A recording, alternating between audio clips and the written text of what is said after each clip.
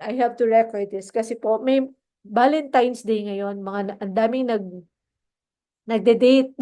So sabi nila, Mami Josie, please, paki-record na lang kasi yung February 14 is really first time na ang asawa kong mag-invite, mag-date for a long time. Sabi ko, sige, I'll just record. So, may mga ganyan. So, yun nga po. So first story is the woman with an issue of blood. That's for tonight. Second is the healing of Jairus' daughter. Then, third is the healing of a boy with autism. So, tatlo po yan. Abangan nyo yung pangatlo. Pero all of that, it's very important, essential sa ating autism journey sa mga anak natin. So, let me share with you my slides, presentation. Okay. Maiksi lang yung natin, sharing natin ngayon. So, yan. Wait lang. Hindi pa pala yan. Magbabasa pala tayo ng Bible. Oh, sorry. Ayan. So, let's read the Bible. Ang Bible reading natin is from Mark 5, verse 25 to 34. Mark 5, verse 25 to 34. Okay. So, I'll be reading this para you could, really listen very well. Ayan. So, ako muna yung magbabasa ngayon. A woman in the crowd had suffered for 12 years. Imagine, 12 years with constant bleeding. She had suffered a great deal from many doctors, and over the years, she had spent everything she had to pay them, but she had gotten no better. In fact, she had gotten worse. She had heard about Jesus, so she came up behind him through the crowd and touched his robe. For she thought to herself, if I can just touch his robe, I will be healed. Immediately, the bleeding stopped, and she could feel in her body that she had been healed of her terrible condition. Jesus realizes at once that healing power had gone out from him, so he turned around in the crowd and asked, "Who touched my robe?" His disciples said to him, "Look at this crowd pressing around you. How can you ask, 'Who touched me?'" But he kept on looking around to see who had done it. Then the frightened woman, trembling at the realization of what happened to her, came and fell to her knees in front of him and told him what she had done. And she said to her, "Daughter, your faith has made you well. Go in peace. Your suffering is over." Thank you, Lord, for your word. So, ngayon, I need to show you this, asan na yun? This one. Yan. Let's just watch. Very short lang to, 3 minutes. Let's watch this. This is the story na binasa natin. It's here! Look! Jesus! Jesus! I beg you to save my only daughter. Sir, have mercy. She's only 12 years old and dying. Please, please, come with me. If I can only touch his robe, I will be healed. Jairus, I'm sorry. Leave him alone, Jairus. Jesus! Your daughter has died. Don't bother the teacher any longer.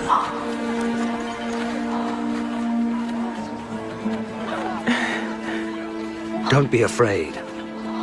Only believe and she will be well. Only believe and she will be well.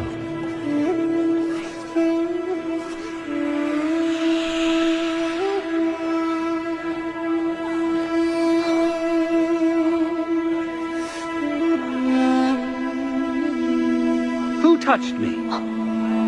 Someone touched me, for I knew it when power went out of me.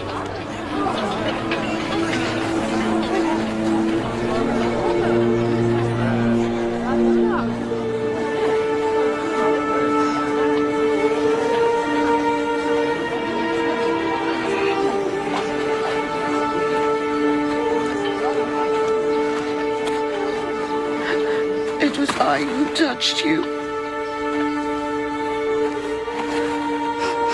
I have suffered for 12 years with bleeding. I spent all I had on doctors who could do nothing.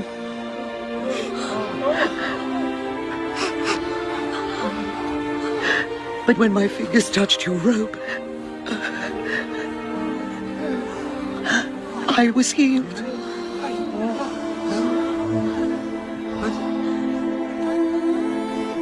Daughter, your faith has made you well.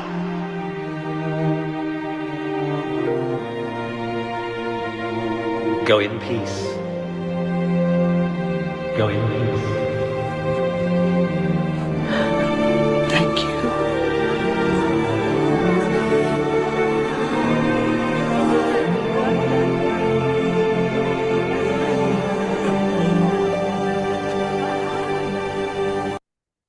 Okay.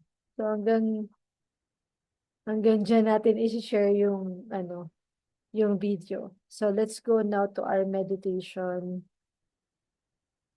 Okay. So the woman, itong babae na to, di ba? The woman with an issue of blood, he reached to a point of desperation na talaga sa life niya. Kasi she is already greatly suffering. Sobra na yung paghihirap niya. Di ba? Physically, imagine, for 12 years na dinudugo ka. Tayo nga, di ba, mga girls, mga mommies, pag meron tayong period, sobrang iba yung pakiramdam, ang bigat ng pakiramdam. Ano pa yun, yung normal period pa yun, How much more siya? Kasi talagang constant bleeding for 12 years. So, physically, grabe talaga yung nararamdaman niya. Financially, sabi nga niya, naubos niya na lahat ng mga pinaghirapan niya on doctors, sabi niya. And hindi siya naging better. Yung condition niya, mas naging worse pa. Minsan naisip ko yan tayo, di ba, mga parents, sa mga anak natin, kung sino-sino nilalapitan natin, talagang we really nakaka-drain talaga financially, di ba? Sa therapy, napaka-mahal, sobrang mahal, di po ba? Magkano na? 900 plus na, yung iba 1,000 plus per hour. So, sobrang financially draining talaga siya. And then, hindi lang yon, itong woman na to, itong babae na to siya, socially, sobra din yung suffering niya. Socially, kasi pag meron kang dugo or you have an issue of blood, or basta in the Bible kasi pag ang babae dinudugo, nabawa na meron silang period, talagang parang hindi talaga sila, nandun lang sila sa isang tabi na hindi hindi sila basta-basta pwedeng hawakan, ganyan, parang unclean, ganyan. And lalo na kung may sakit ka ng issue of blood, talagang dinidiscriminate siya. So, she is experiencing discrimination. And same din sa kondisyon natin ngayon, di ba, na yung anak natin may autism, and then minsan iba yung tingin ng mga ibang tao, nakakaranas tayo minsan ng mga kakaibang treatment, kakaibang trato sa kanila, or may mga naririnig tayo na nakakasakit ng damdamin natin, ganyan, di ba? So, hindi ko alam, pero ako, dumadating talaga ako sa time na, Lord, ano ba talaga ang answer? Kasi here in the group, we believe in both science and faith, na dapat talaga, it's a combination of both science and faith. But sometimes, parang, kung hindi talaga nag-work yung science, di ba? Tapos, kino-combine naman natin sa faith, but parang may kulang pa. Ganyan. So, dumadating ako sa, Lord, ano pa ba? Yung desperate ka na talaga na, Lord, ano bang gagawin? Ano bang kailangan gawin? You're really asking God, seeking God, Lord, anong kailangan ba? That's really our prayer. give us wisdom, give us ways, i-guide mo kami. Ano po ba ang kailangan namin gawin to be able to help our son with autism? Kasi lalo na yung mga ano diyan, yung mga maliliit pa yung anak nyo, ganyan. Kasi ako, ang anak ko is 18 years old na. So, nung ano pa siya, bata pa siya, nung nasa childhood stage pa siya, okay, okay, para kabisado mo na, okay na, ganyan. But nung nag-reach na ng teenager, lalo na nung medyo papunta na sa adulting, ganyan, ano. So, medyo iba na talaga yung mga ah, challenges. At hindi ko lang yan nararanasan sa pamilya ko, sa anak ko. I've been helping mga families talaga. And nararanasan ko yan sa mga family na nire-reach out natin dito sa grupo. I remember last Christmas, meron akong isang bata na, hindi naman bata kasi matanda na yun, mga 18 na siguro yun din. Malaki yung katawan, medyo chubby siya. Alam mo, sobrang sweet lang niya, ganyan. Na talagang tuwan-tuwa ako nung makita ko siya. Tapos lumapit siya sa akin. Kasama niya yung nanay niya, ha. Nag-bless pa siya sa akin. Tapos biglang, akala ko, kikis niya ako sa ulo kasi ikikis niya.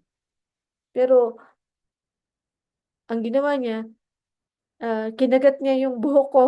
As in, ang dami niyang nakuhang buhok sa ulo ko. Talagang nagulat talaga ako nun. Diba, yung mga gano'n na biglang, oh, saan galing yun, di ba? May mga ganyan. Hindi lang yun. During the night to shine, meron kasi, sa night to shine, meron kaming iba't ibang rooms na mga kwarto, no? Merong isang room na ang tawag namin doon, sensory room, na doon namin nilalagay yung na-overwhelm, nagwawala na, ganyan. So, in that room, first time namin to, kasi pang-apat na taon na namin to sa, ano ha, sa Night to Shine. Pero ito lang talaga yung time na ang daming na-overwhelm na grabe talaga yung parang ilan sila, parang apat sila nandun sabay-sabay dun sa ano. At yung isa, grabe yung pagwawala niya talaga. At ah, actually, tinatry niya akong ano, anuhin din, pero sabi ko lang, "Oops, huwag ka lalapit sa'kin." Gano'n. And then, umiiwas ako sa kanya, pero nandun pa rin ako sa room. Tinatry ko siyang i-ano, i-assist yung body niya, yung nag-a-assist sa kanya. Tapos, pinatawag ko na yung nanay. And then, meron pa kami isang therapist din na nandun sa room. Sabi ng therapist, kailangan niya nang umuwi. So, talagang ginawa namin, pinatawag na namin, pinapalabas namin, pinapauwi na namin. Kasi baka talagang overwhelmed na siya, hindi niya kaya yung place, kailangan niya na pong umuwi. Ang problema, grabe yung pananakit niya dun sa lola niya yung kasama niya. So ako nakakabahan din kasi baka magka-injury yung lola. Sabi ko, ay, lola, ano muna po kayo, medyo iwas muna po. So nagpatawag ako ng malalakas na lalaki. So, na-realize ko na kailangan ko palang merong malakas na lalaki during Night to Shine. So, inakap na lang siya, ganyan. Tapos, dinala sila sa labas. And then, hanggang sa tinulungan talaga yung lola na makauwi. Ganyan. So, we, we as guardians, as parents, um, tayo, tayo kasi lang talaga yung pinaka-the best na makakatulong sa mga anak natin. Oo, may therapist, may mga doctors na nandyan. They will help. Makakatulong sila, malaking tulong din. Pero walang higit na makakatulong sa kanila ng lubos, kundi tayo talaga. Magmumula sa atin yan. Pero, yun nga, hindi natin magagawa yan kung hindi muna tayo mag-aayos. Kung hindi muna tayo ang matutulungan. At hahantong, we will reach to a point of desperation in our life na kailangan talaga natin humingi ng tulong sa Lord. Kasi siya talaga yung makakatulong. It's not by might nor by power, but by the Holy Spirit, sabi yan ng Lord. So, dapat dumating tayo sa point of surrender. sa Lord. Total surrender kay God. Pag pinanood nyo yung isesend ko sa inyo na video, maiintindihan nyo palalo itong mga sinasabi ko sa inyo. Okay? Sabi doon kasi sa Mark 5, doon sa binasa natin kanina, sabi doon, sa Mark 5 verse 28, she thought to herself, if I can just touch his robe, I will be healed. So, gusto ko pong alalahanin natin na isipin natin to na napaka-importante po nung thought natin. She thought to herself, yung mga iniisip natin. Kapag inisip natin na wala ng pag-asa, pag inisip natin na, wala na, ganito na lang to habang buhay, ganyan, ganito, wala na akong magagawa. Kung ano po yung isipin natin, yun po yung talagang mangyayari. Kaya gusto ko po sana na gayahin natin tong babae na to, although may issue siya, may blood issue siya, no? Meron siyang issue na may sakit siya. Pero sa thought niya, sabi niya, if I can just touch his robe, I will be healed. Actually, ang tinouch niya nga yung laylayan lang. Laylayan lang nung damit ni Jesus. Hindi pa nga mismo si Jesus, yung laylayan lang nung robe lang. Pero she is thinking na, if I could just touch the robe, yung robe lang, kahit na robe lang, sabi niya, kahit robe lang, I will be healed. Ngayong gabi, it's my prayer na we will be so desperate. Isipin natin yung kailangan talaga ng anak natin. Isipin natin din yung kailangan ng sarili natin. Yung condition natin, desperate tayo sa condition ng anak natin. Tinatry natin lahat. Tinatry natin ang mga therapies. Tinatry natin lahat-lahat. And then, nagpe-pray pa tayo, di ba? Alam nga naman, di ba? Lahat naman tayo nagpe-pray. Pero parang kulang? Kulang pa. Maybe we need to come to a point of surrender and have that thought, if I could just touch Jesus, if I could just experience Jesus, I will be healed. So, ito po yung natutunan ko dun sa video na kung kailangan nating tulungan yung anak natin, mag-uumpisa talaga sa atin. Sa atin talaga. Tayo talaga yung mag-uumpisa ng pagbabago. We have to come to a point of desperation and total surrender to God. So, tonight, it is my prayer na you will really have that condition sa heart na, Lord, I'm desperate. I want change in my family. I want change in my heart. Hindi ko to kaya, kailangan kita. Kung pwedeng, kung mahihipo lang kita, kung mararanasan lang kita, mararanasan ko yung katotohanan mo, yung reality mo, alam ko may mangyayaring pagbabago. So that's our prayer for tonight. And nakita nyo naman, may resulta. There's a result dun sa ginawa niya. Sabi dito sa Mark 5:29, immediately the bleeding stopped and she could feel in her body that she had been healed of her terrible condition. Diba? Yung action niya, may nangyari. Ano yun? Totally healing, na healed siya. So, ngayon, it's also my prayer na tayo will act in faith, will pray in faith, to be so desperate to surrender everything to the Lord. I-surrender natin kay God. Yun nga kung hindi na nag-work ang mga pinagagagawa natin, why don't we just give it all to God? Surrender natin kay God. Lahat. So, tingnan natin yung response ni Jesus dun sa babae. Ano yung response ni Jesus? Una, hinanap siya ni Jesus. Sino ang humipo sa akin? Jesus says, who touched me? Hinanap siya ni Jesus. Ba? Nakuha niya yung attention ni Jesus. Tayo, sana makuha rin natin yung attention ng Panginoong Jesus na Jesus will stop everything and go to us. We will be so desperate. We will pray, surrender everything to God, and ask Him na, Jesus, diba?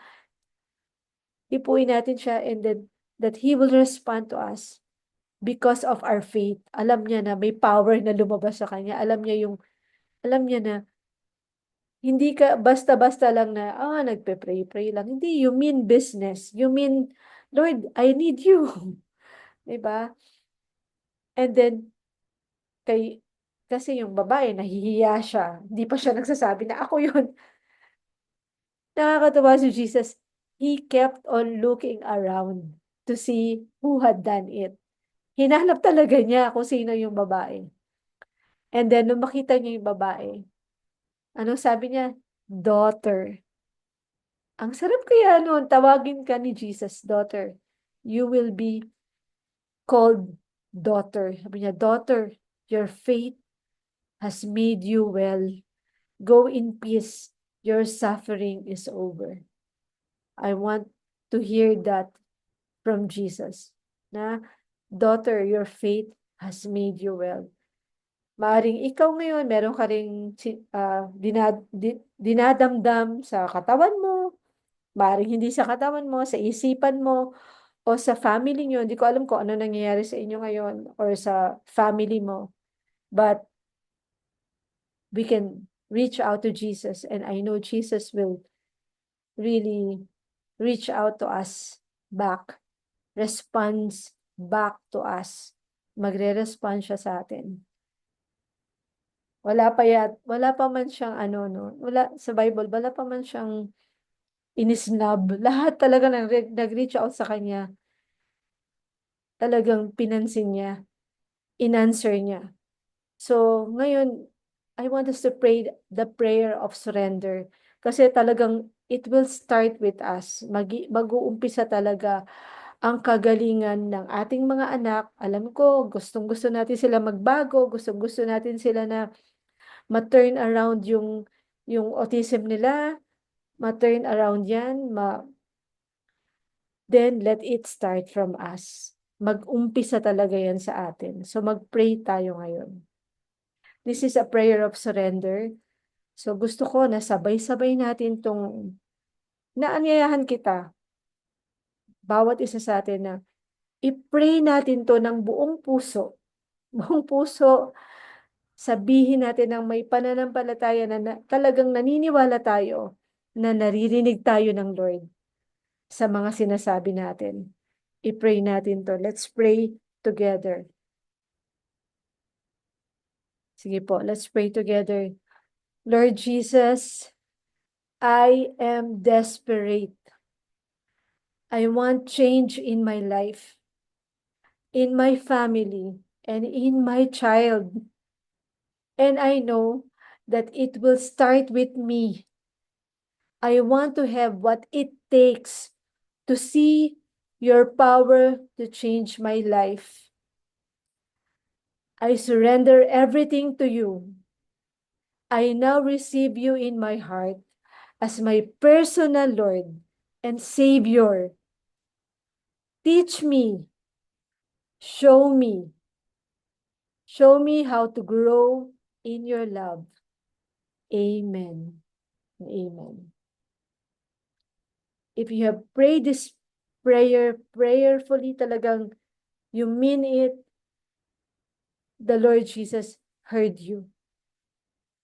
And He comes into your heart right now. Nasa puso mo na ang Holy Spirit, He entered into your heart. Right now, nandyan na siya. And your sins are forgiven. Pinatawad ka na ng Lord, para kang isang whiteboard na maraming dumi, maraming nakasulat, pero in-erase na at napakalinis na. Puting-puti na. White as clean. Like a snow, sobrang talagang clean. Because you received the Savior, si Jesus yon, tinanggap mo siya. And you will begin a fresh start a fresh relationship with God. And mapapansin nyo na from now on, if you have prayed this prayer talaga na you receive Jesus in your heart, totally surrendered to Him, and you mean business with Him, is that He will guide you.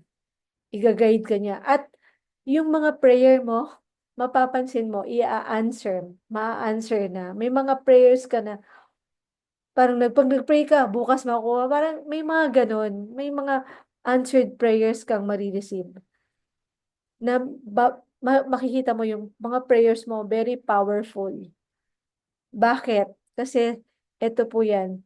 Sabi dito sa James 5:16, therefore, confess your sins to each other and pray for each other so that you may be healed. The prayer of a righteous person is powerful and effective. Gustong-gusto ko to. The prayer of a righteous person is powerful and effective. Ngayon po, nung nag-pray kayo ng prayer of acceptance and surrender kay Jesus, you became a righteous person. Ibig sabihin, ng righteous person, you are in right standing with God. Pwede ka nang mag-approach kay God anytime. Hindi ka na mahiya na ang dami kong kasalanan, ganito, ganyan. Hindi na, kasi hinugasan ka na ng dugo ng Panginoong Hesus nung tinanggap mo siya. Kaya nga siya namatay sa krus para tayo, we can approach God ng walang shame, walang hesitation, kasi you are now a daughter, a son of God. You can now pray with confidence and God will answer.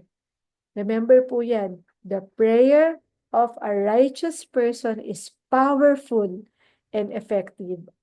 Ano ang gusto mong hilingin kay God? Anong gusto mong pag-pray? Didinggin yan ni God. God will listen because you have received the Savior, and that's Jesus. So, yan po yung first part ng nung 3 stories na pag-uusapan natin for the next 3 Fridays. So ito yung first Friday, we talk about the woman with an issue of blood, yung dinudugo siya. Ito pong story natin ngayong gabi. Next Friday, we will talk about Jesus healed Jairus' daughter. And then the third Friday, we will talk about the boy with autism. And prayerfully po talaga na sana wag kayong bibitaw, commit nyo po. I-pray nyo po talaga na to really join the prayer every Friday. Pag-pray po natin yung mga anak natin ngayon. But before tayo magpunta sa prayer, i-share ko po sa inyo yung video na sinasabi ko sa inyo na panoorin nyo, assignment nyo po yan. Kung meron po kayong vacant time, ako minsan pinapanood ko yan, talagang yung minsan habang pinapakinggan ko habang nagwawash ako ng plates, or I also watch this talaga na with focus kasi gusto kong maintindihan, nag-notes ako, habangan ng notes ko dyan. So, let me share it with you. Dali lang po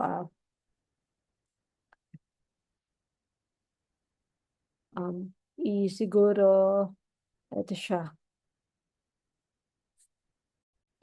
Screenshot nyo na lang po. Okay? Dali. Yan. Roadmap to Deliverance. An interview with James Kawalia. Okay? Yan po yun. Okay? So, twice ko na siyang napanood. Then, I don't want to also, but ang dami niya na pong napag-pray na may autism na talagang na-reverse, no? Talagang nagkaroon ng change. And taga-ano po siya, taga-Africa. And yung mga lumalapit sa kanya na mga parents, na may mga anak na may autism, ganyan, o yung iba, may iba-ibang condition, is talagang tinatanong talaga niya na Are you sure you want to do this? Are you sure gusto mong ipag-pray ko yung anak mo? Are you sure? Kasi hindi lang siya basta-basta prayer. Humihingi talaga siya ng commitment para kung ipapag-pray yung anak, eh talagang kailangan magsisimula talaga dun sa parents yung pagbabago. Ba? Kailangan kasi tayo talaga. So, try ko pong isend ah,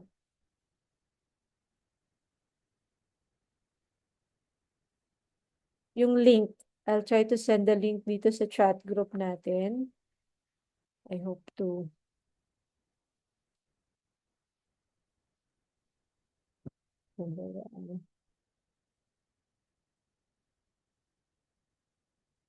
Okay. Isa pa lang yung pinagbigyan ko nitong link na to. Si Mami Jinky, and she already watch it. So, I hope. Ay, teka lang. Sandali. Pwede naman pala dito. Ayan, kakopya ko lang. So, ito po, iaano ko sa chat group.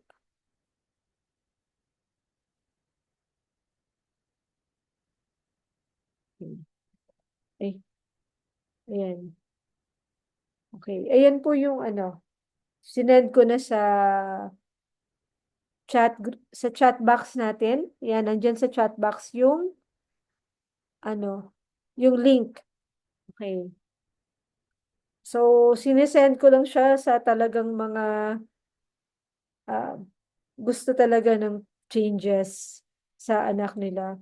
So, hindi ko pa yan sinishare sa mga chat groups na yung mga ordinary prayer chat groups natin. Hindi ko pa sinishare yan. I just share it to people na talagang seryoso. Gusto talaga nila ng pagbabago. Like, committing to join the next 3 prayer and fasting natin. No, prayer and meditation natin. Ayan.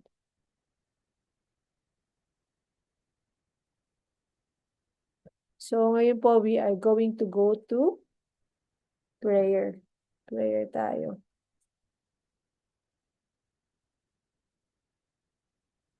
Ayan. So, we are going to pray for this prayer request. Meron bang nagsulat ng prayer sa chat group? May mga prayer pa tayo sa wala? Okay. Sige. Let's just pray for our kids. So, una, let's pray for our awesome kids. Pray tayo ngayon. Heavenly Father, we come to you. We want to lift up to you our kids with autism, Lord God. Lord, salamat sa salita mo, sa word of God na binibigay mo sa amin para gabayan kami kung anong gagawin namin sa aming mga anak. Lord, tinataas namin ngayon, kaming mga magulang nandito kami ngayon, nag-uusap-usap, in one prayer, in unison, tinataas namin ang bawat anak namin. Ang anak ko po, si Rafael. Banggitin niyo po yung mga anak niyo, yung mga pangalan ng anak niyo sa prayer. Sabihin niyo po yung pangalan nila. Lord, tinataas po namin itong mga anak namin sa inyo. Hipuin niyo po sila, Lord God. Lord, cause them to mature. Hayaan niyo po na pagkausapin namin sila, na mag-open po sila sa amin na Lord, magkaroon po kami ng connection sa aming mga anak, connection of love, connection in the Spirit, Lord God. We pray, Lord God, for our kids na bigyan mo po sila ng understanding, bigyan mo po sila ng maturity, na Lord, yung age nila, physical age nila, ay, Lord, yung mental age, social age, na Lord, mag-abot po. We pray, Lord God, na ikaw po ay tumulong sa amin, powerfully empower us, and even touch our kids powerfully, Lord God. We pray for milagro, para sa aming mga anak. Lord, sinabi mo sa iyong salita, ask and you will receive. Seek and you will find. Knock and the door will be open. Ngayon, kumakato kami, Lord. Kumakato kami sa iyo, sa mercy mo, sa habag mo, sa pag-ibig mo. Naghahanap kami ng answer at humihingi kami ng tulong, ng milagro, Panginoon, para sa mga anak namin. Lord, magsimula ka po sa aming mga anak. Hipuin niyo po yung mga anak namin. We pray for miracle upon our kids. Yung mga hindi pa nakakapagsalita, Lord, that they will become verbal. Makapagsalita sila. Yung mga hindi nakakaintindi, nakakapag-connect, magkaroon sila ng connection sa kanilang mga magulang. Lord, ikaw po yung mag-turn around ng situation ng mga anak namin. Pinagkakatiwala namin sa iyo ang aming anak. We are praying for protection upon our kids, oh God. Protectionan niyo po sila, Lord God. Build a hedge of protection upon our kids, oh God. Protect them. Protect them from any harm, any danger. Protect them from the works of the enemies, oh God. Lord, we entrust our kids to you, Lord God. We thank you that you will continue to work upon the life of our kids. Ikaw po ay patuloy nakikilos sa buhay ng mga anak namin. Makikita namin ang iyong magandang plano para sa kanila, Lord God. Praying for your divine intervention for our kids, oh God. In Jesus' name, amen. Sige, pray naman po tayo sa atin bilang parents nila. Panginoon, bilang mga parents, bilang mga magulang ng mga anak namin, binigay niyo sila sa amin. Lord, salamat po sa gift na binigay niyo sa amin. Tulungan niyo po kami na maging good steward nitong gift na binigay niyo ang aming mga anak. Bigyan niyo po kami ng wisdom. Lord, humihingi po kami ng strength, ng kalakasan para sa aming mga anak, Lord God. Matulungan namin sila. Bigyan niyo po kami ng guidance, Lord. We're asking for guidance. Anong gagawin namin sa kanila sa mga situation na hindi namin maintindihan. Give us guidance, oh God. Lord, manguna ka po sa amin. At Lord, kung ano pa man po yung pangangailangan namin sa family, ikaw po ang nakakaalam ng mga sitwasyon ng bawat pamilya na nandito ngayon. Nangangailangan po ng finances, nangangailangan po ng unity, ng love in the family. Lord, I pray na yung mag-asawa magkaroon po ng unity, ng love and forgiveness, na magkakasundo po palagi, magkaroon po ng magandang pag-uusap, na Lord, ikaw po yung manguna sa relasyon namin para po, Lord, ang pagbabago mag-umpisa po sa amin at dumalo, it will flow to our kids. Salamat po, walang imposible sa inyo, Panginoon. Lord, i-bless mo po ang bawat isa na mga magulang na nandito ngayon. At yung mga makikinig pa nito, Lord God, maraming salamat po na hindi kami nag-iisa, Lord, sa aming journey. Kasama ka namin. At sa journey na to, meron kaming kagalakan, meron kaming kalakasan, meron kaming kasama na hindi kami iiwan. Napaka-faithful mo. Faithful, faithful God. Salamat po, Lord. And sa inyo po lahat ng honor and ng glory. Ngayon naman po, we want to lift up to you yung mga incoming activity namin. We pray continuously for our prayer and meditation every Friday. Na Lord, yung mga desperate na mga magulang po, dalhin niyo po dito. Mga talagang naghahanap po ng pagbabago. Gamitin niyo po ang bawat isa sa amin. We are praying, Lord God, na lahat ng mga gagawin namin na meeting, whether online or face-to-face, be with us. Your presence be with us. Let your power be present, O God. We are praying for the incoming activity this coming February 23, Panginoon. We pray for your guidance, for the right venue, And many families, many parents here in Cebu will be able to join, oh God. And Lord, yung mga plano namin na mga iba't ibang mga support meetings and play groups sa iba't ibang lugar, lead us, guide us kung saan mo po kami dalhin, kung saan niyo po na gusto kaming pumunta, Panginoon. Manguna ka po sa amin. At salamat na ipo-provide mo lahat ng pangailangan namin, lalong-lalo na ang kalakasan, ang right timing, ang tamang ah, na yung mga schedule namin mag-a-align lahat, Lord God. And we want to lift up to you our group, Autism Family Support Group. We pray, Lord God, i-bless mo po itong group namin. Gamitin mo pa po kami para makapag-reach out pa sa mga iba't ibang parents na nangangailangan sa iyo. Nangangailangan ng guidance, desperate, umiiyak. Ang dami po yan sa social media lang. Ang daming palaging desperado. Sana po, gamitin niyo po kami. Maraming salamat po.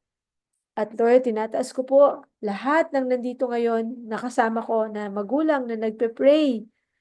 Maraming salamat po na ikaw po ang siyang patuloy na kikilos sa puso namin. Marami po to nandito ngayon. Manguna ka po sa amin, Panginoon. At gamitin mo pa po kami. Maging blessing kami sa iba't ibang parents, Panginoon. Sa pangalan ni Jesus, Amen and Amen.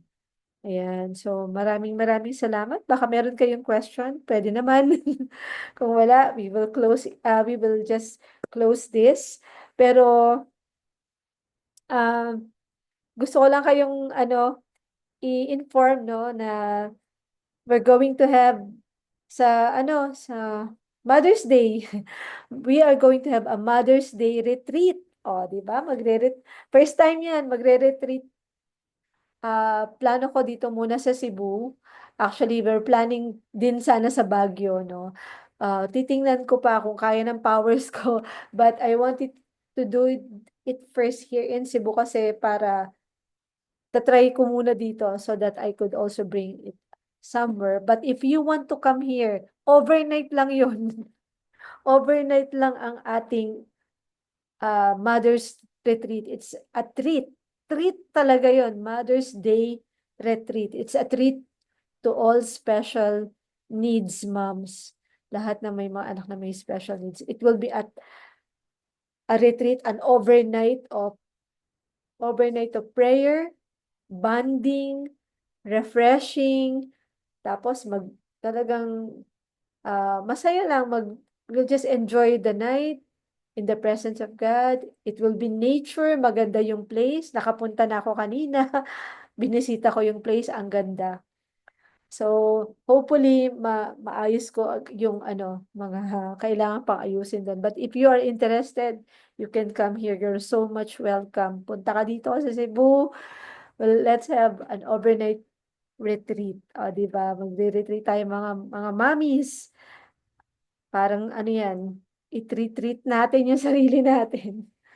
Just for a time of refreshing and bonding. So, I don't know kung kaya ba. Kung kaya nyo mag-open ng video, we could have a souvenir photo together. Di ko naman to pinopost. Wala pa naman akong pinopost, di ba? But we'll have souvenir photos together. Ayan. Yun, di ba? Para naman, hey, baka mamaya magkita-kita tayo sa daan. Ganun. Sa daan. Say, hi, hello. O, di ba? Makapag-say hi, hello tayo. O, may isang bata dito. Oo. Hi, Jory. Oh, yung pa, may isa pang bata din dito sa wala. Okay. Sige, smile tayo. 1, 2. Ayan. So, thank you very much po. I hope to see you again next Friday. God bless po. Bye.